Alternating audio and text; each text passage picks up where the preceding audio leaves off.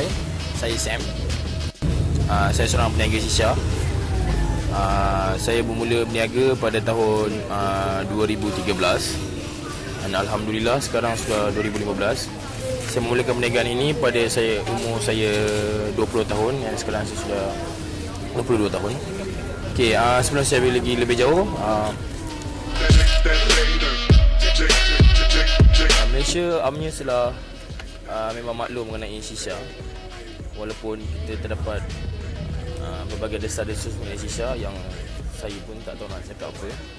Okey, saya memilih shisha sebagai kerjaya. Ianya bukanlah sebagai kerjaya, tapi ini lebih kepada untuk saya sebagai belia untuk bersama-sama rakan sambil mencari duit poket untuk berbelanja, untuk kegunaan harian.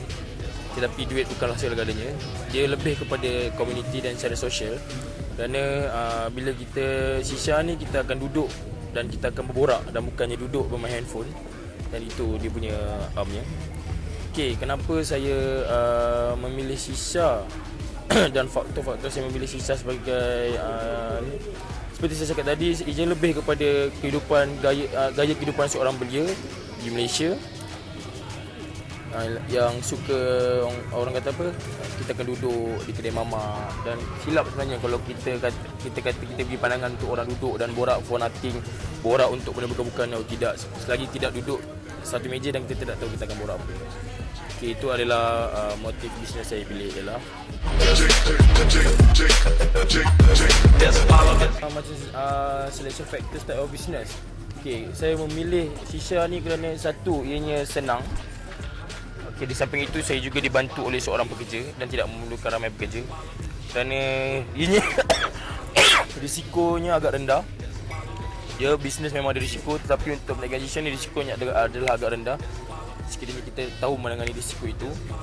Dan faktornya tidak lebih daripada ingin bersama dan menjalankan bisnes pada waktu malam, bukan pada waktu pagi. Dan saya rasa pemilihan sebagai peniaga shisha adalah tepat buat masa terdekat ini bagi mengisi masa lapang serta mencari duit lebih dan untuk dalam kehidupan seharian. Cabaran yang saya hadapi. Okey, cabaran yang saya hadapi dan apa yang orang lain hadapi. Okey, sebagai seorang peniaga, tak kisahlah kita berniaga apa. Dalam perniagaan ini, cabaran tu adalah asam garam dalam perniagaan. Sejauh mana kita menangani risiko itu adalah bergantung kepada kita diri sendiri. Dan saya sendiri suka membahagikan cabaran kepada dua, iaitu cabaran tu datang daripada diri kita sendiri dan cabaran tu datang daripada faktor luaran lah. Contohnya daripada diri sendiri, cabaran yang datang selalunya first kali dalam bisnes ni kita memang kena disiplin lah. Kita kena disiplin diri kita sendiri dahulu and baru kita boleh atur semua benda. Selain daripada itu, saya rasa sejauh mana kemampuan diri kita untuk menghadapi cabaran ini adalah bergantung kepada kehidupan seharian kita. Bagaimana kita menguruskan diri kita, begitu jugalah kita menguruskan bisnes kita sendiri. Kerana setiap perniagaan adalah memulai daripada hasil kita dulu sendiri. Dan sejauh mana kita menghargai perniagaan itu akan memberi masa depan punya kesan. Okay, daripada segi faktor luaran, saya rasa semua orang tahu, semua orang akan hadapi. Contohnya daripada segi contohnya saya sendiri peniaga shisha. Saya sendiri menghadapi cabaran di mana semenjak beberapa tahun yang lepas kita dimaklumkan tentang beberapa fatwa telah dikeluarkan untuk mengharamkan penjualan shisha dan berkaitan dengan shisha, tapi tidak mematahkan semangat saya. Kerana saya rasa bukan saya ingin melanggar fatwa ataupun saya ingin mengatakan saya betul. Kerana selagi saya rasa saya boleh buat, saya akan lakukannya. Okey, selain daripada itu, faktor cuaca.